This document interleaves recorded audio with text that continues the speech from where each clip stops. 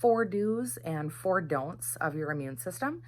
And then over the weekend, we're actually going to do a couple of longer videos doing more of a deep dive into those things that are in your control that you can do to boost your own immunity, the do's, and things that can deter or weaken your own immunity, the don'ts.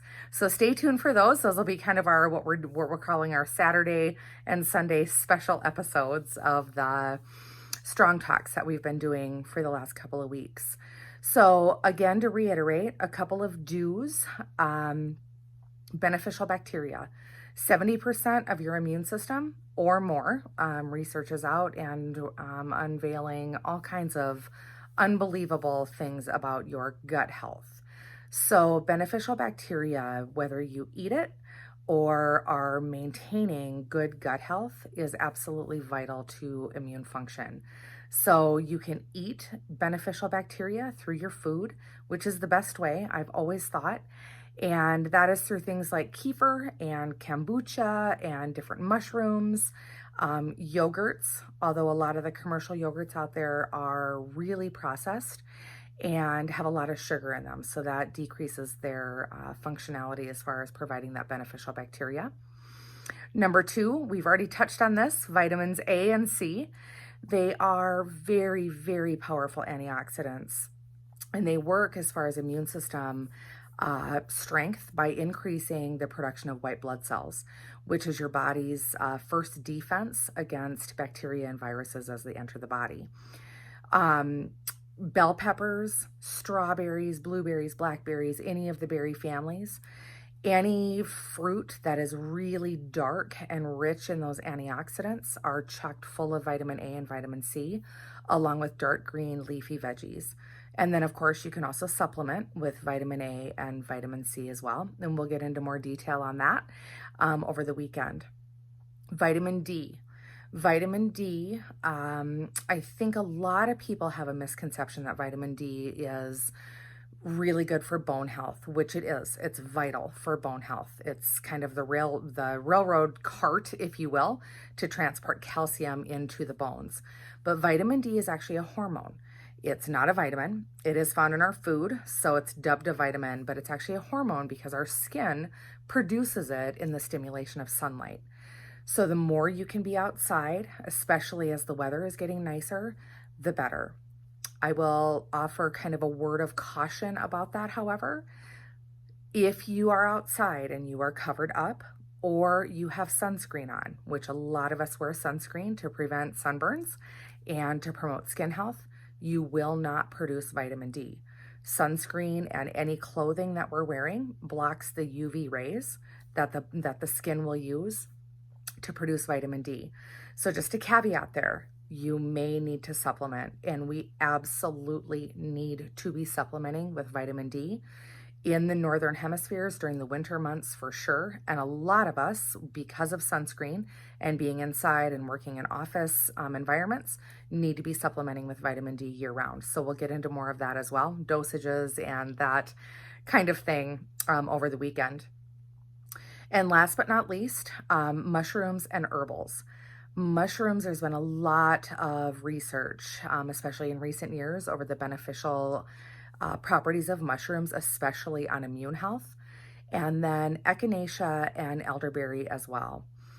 Powerful antioxidants, and it's best to consume those through your food.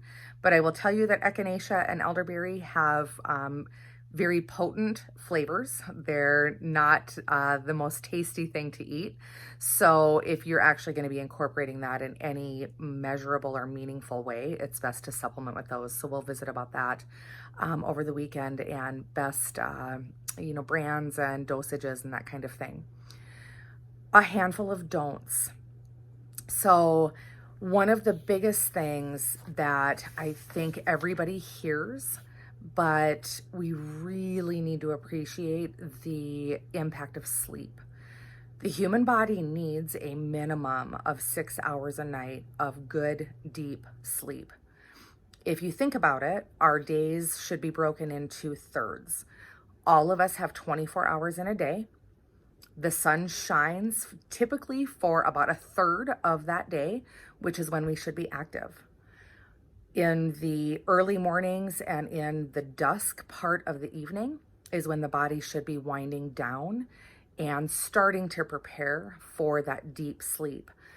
And then the 8 hours, 6 hours minimum, but the 8 hours that we actually have darkness is when the body needs to actually be asleep and sleeping well.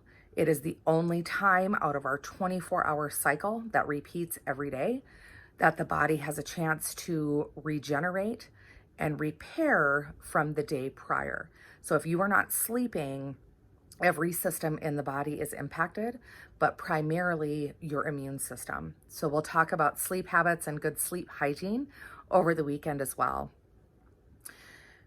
Number 3 would be stress and trying to juggle too many things. Stress comes in many forms. Stress can be trying to juggle too many things. It can be in the form of mindset and kind of looking at that glass half empty, worrying about things, being angry.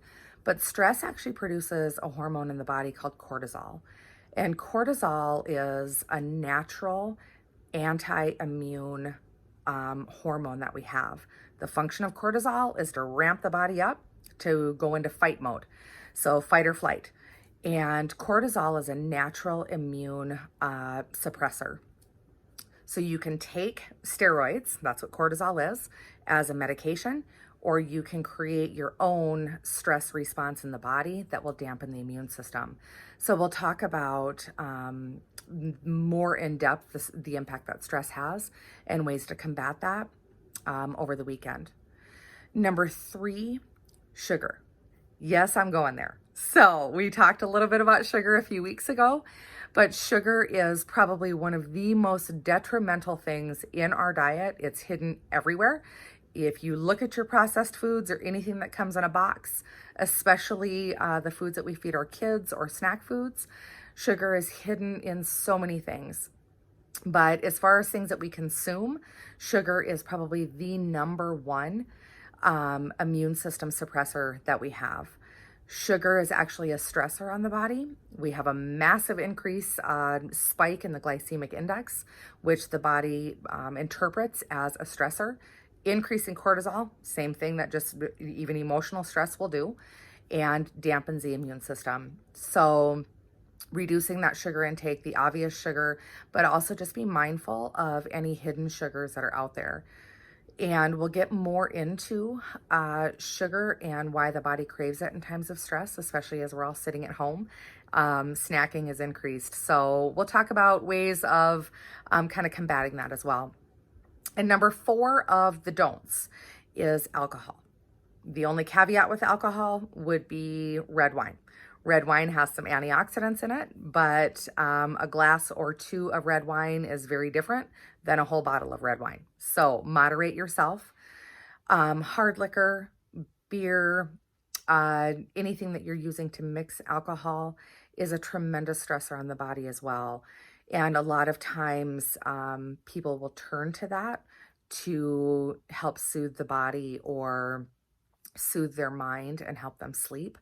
And so just be mindful if that is something that's in your world or something that you're turning to, be mindful of that. It's one of the best ways to reduce that immune activity.